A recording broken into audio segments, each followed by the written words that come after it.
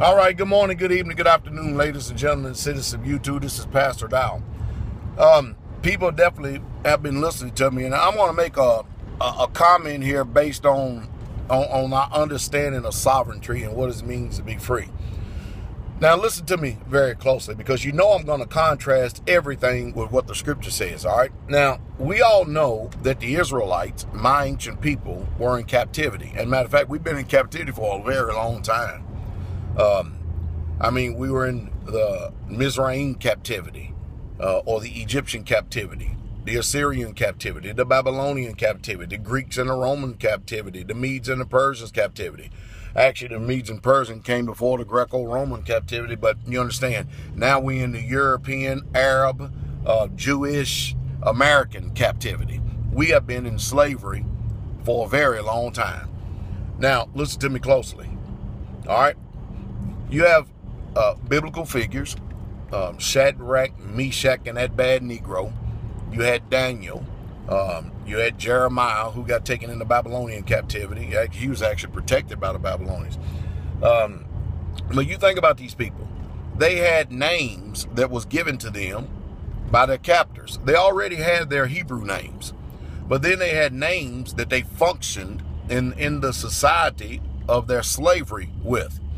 And I'm sure that they didn't go around and keep all these documents and records and carry on and stuff, far as, you know, what was your name and all this old other stuff. Now, I know that they documented things on tablets and stuff that had to do with the adjudication of government and all this other stuff. But a lot of this stuff that people are trying to sell to you about being a sovereign, will you come on? Dang. She got a cigarette in her mouth but can't damn drive. Help me, Father. Anyway, but all this stuff that people got going on in their mind, far as sovereignty, and they're trying to go into the enemy's courtroom. And I make no mistake about it, the American courtroom is your enemy. You will get no justice because you do not have any honorable judges in this land, none whatsoever at all. They have a system of law, man-made laws. And those laws are based on the conscience of whatever man is in authority. So they're subject to change all the time.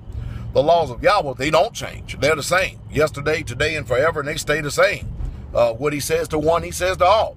So rather than trying to get free, or so-called free, knowing that, you see, first of all, you have to know your condition. You need to know that you're in slavery. And if you don't understand what I'm saying, go to Luke, the first chapter, and read 168 to the end of the chapter and understand that we're supposed to be saved from our enemies. Now, the way you do that nowadays is first of all, you hide under the shadow of the Almighty in this pavilion. And even though you're in your enemy's land, the Most High can even make your enemies be at peace with you, even though you're in their land. Do you understand? You just have to learn how to negotiate and learn how to behave, because if you're not careful and if you don't know how to control your anger will get the best of you, make a fool out of you, and the next thing you know, you're going to be locked up behind bars simply because you're unintelligent. People don't care. They do not care one bit about your frustration. They do not care one bit about your personal anger. They don't care one bit, any bit whatsoever at all about what you think or believe. They care about their justice system, their system in this world, and living in it and functioning after it, because it is their world. Do you understand? Now, notice that when the Messiah was here, they called him everything. They called him a son of Belial. They called him a devil. They called him Beelzebub. And this is the Messiah, the King of the universe, all right? Yah manifested in the flesh. These are the designations that the Romans, and the Romans actually are a little bit more lenient than the Yehudi. The Yehudi was some very obstinate and vindictive and hateful people, kind of like what you see today. You see these people that all they want to do is evil towards people and stuff. That's not our character and nature. We're not to take on the nature of our captors. We are better than that. We're above these people. And you need to understand that. And you don't need to let them entice you to. I feel the Spirit. Believe me, I feel the Spirit a lot of times to that comes up on you. And sometimes it's overwhelming and stuff when you know that you have been raped, robbed, murdered, and pillaged and done wrong, yea, all these many years. I understand. I get it. But if you really, truly want to be what you call sovereign and stuff, you, number one, realize you're going to pay taxes in this land.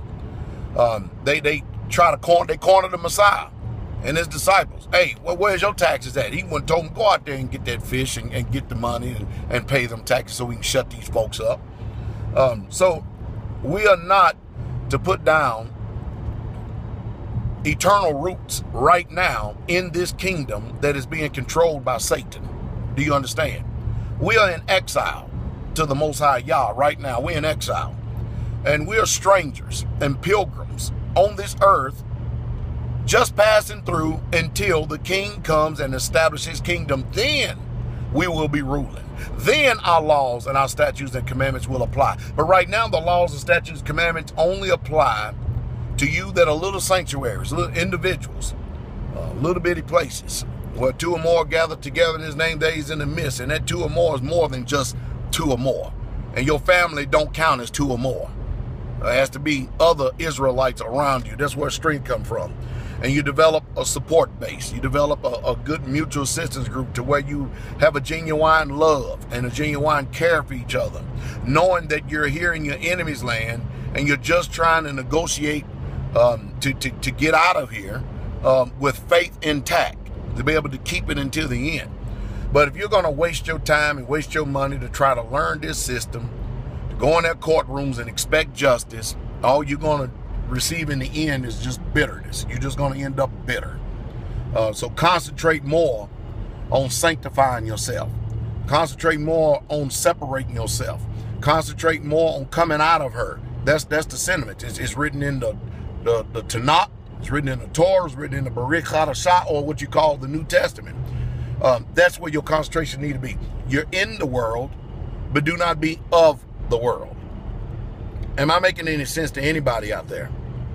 So stop trying to make people who are unjust and a system that is unjust just, because it's just not going to be. You're not going to convert devils. These people are devils to the core.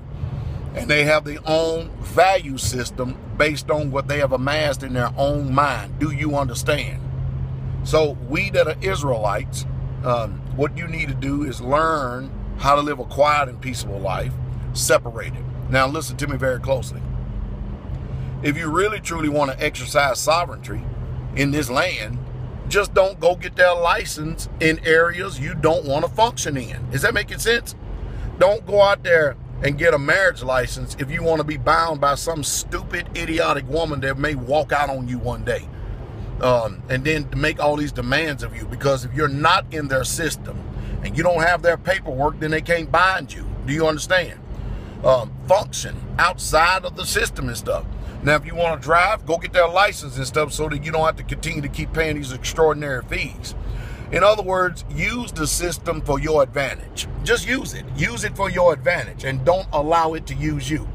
That's why I say over and over again, when you get paid, if you can't put some money aside, one way to put money aside is if you are purchasing land, is go out and buy some building material and cover it up with some tarps and stuff and keep on amassing it until you have enough to build a home. Build a little small house, something simple, and then when you're ready to put it together, you don't have to worry about paying no 30-year mortgage and be in debt and be a slave, because of the borrower is a servant to the lender, and they want to keep you in servitude to them.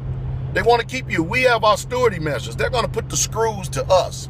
But they get freedom and liberty. They get to walk. If you notice that not one international banker has ever been indicted on any criminal charges for our monetary system, and they get off and they get bonuses, they get paid vacations. I mean, when I'm talking about millions of dollars in bonuses and stuff, and you better get your butt out here and get to work, you worker. You get out there and work. And so, yeah, you have to get out here and work and pay, in order to carve out a living. But if you do it the way that I suggest and tell you, I promise you, all this stress that you have upon you, you can alleviate a lot of this. You can alleviate a lot of this stress really simple, very easily. All you have to do is listen to those that are wise, that have a blueprint. They're sitting right out in front of you, And you can do it. Meaning you out there got more money than I do, and you still are not free. Meaning you have big homes, big houses, call everything you need naturally in this world, but spiritually you are oppressed, spiritually you are depressed, and you're just literally a slave to the tyranny and the oppression of this world. What kind of liberty and freedom is that if you just can't live free? Huh? I'll talk a little bit more about it a little later on. Let me concentrate on this driving. Shalom.